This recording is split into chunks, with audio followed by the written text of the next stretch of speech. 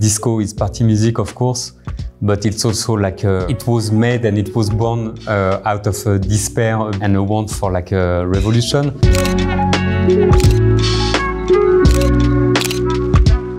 Hello, we're Justice, and today we're talking with DIFFUS about our new album, Hyperdrama. What have you been up to since your last release? We released Woman in 2016. We toured like 17, 18. We made Woman Worldwide 18, 19. We released a film called Iris. Then I took like a year of vacation, and then we started working again. So 8 years is a long time, and a band can be born and die within 8 years. We could have also split and make a reunion tour, and it would be much more like we will have much more publicity. But it's just the normal time frame for us. When did you start working on the new album?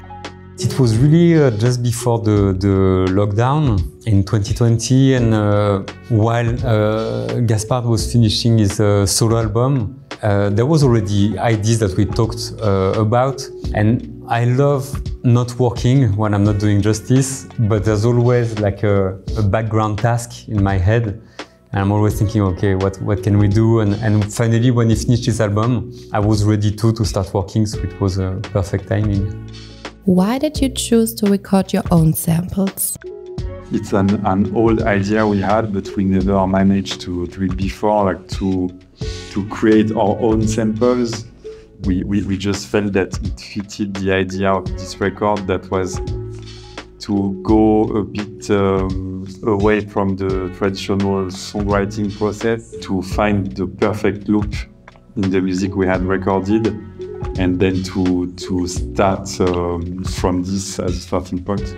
That's because we love sample-based music, but there's also a limitation because you don't have control on the notes. You are stuck with your loop. And by doing our own samples, we had control over everything that was in that sample. If we wanted to change a note, a chord, just a pattern, a movement, we could do it. And that allows us to make, like most of the album is loop-based, but we can like develop those ideas over like 3, 4, 5 minutes and have always something happening because we are not stuck with that loop that you took on a record and that you can't change.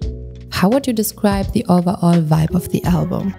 The overall feeling is always the same on all of our albums. In a way, it's strange because all of our albums sound very different, one from another, and at the same time, they are all built on the same core idea.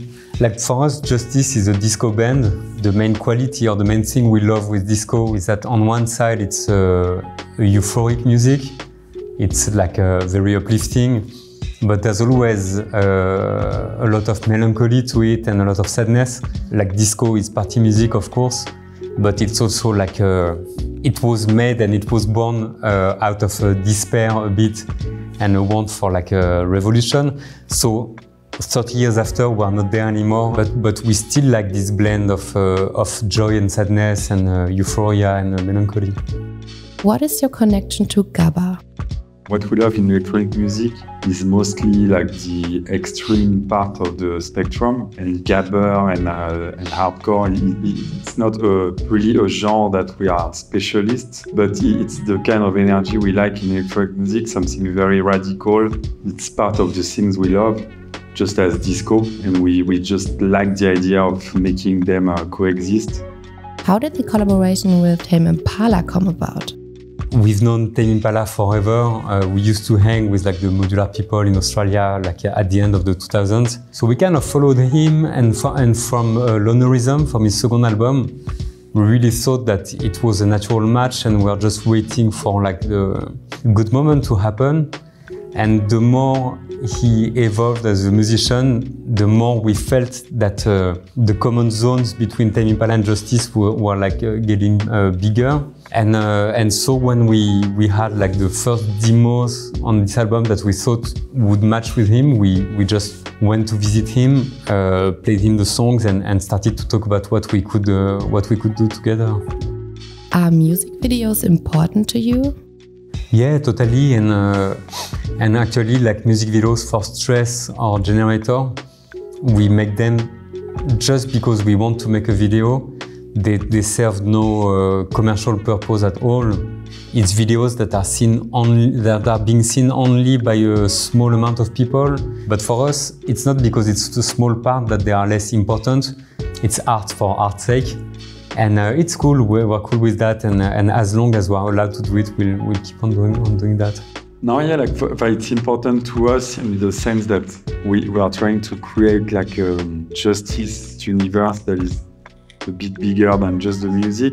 Obviously, the music we're doing is it's very open and everybody can put what they want in it, but it's kind of orientating a bit like the general mood.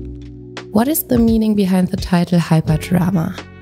The hyper prefix, it has this connotation of a futuristic, computer-generated, accelerated type of thing. And really thought of it in terms of narrative forms. You know, you have like the drama, a melodrama, where things are exaggerated already. And then hyperdrama was to us like the next level of that, with that kind of futuristic flavor. How is the preparation for your tour going? Like the preparation for the live show is really long. The work on the live show is like so many layers of different things to do. We have to learn how to play our songs, and then there's all like the layers of technical things to sort out. So yeah, it's a lot of preparation.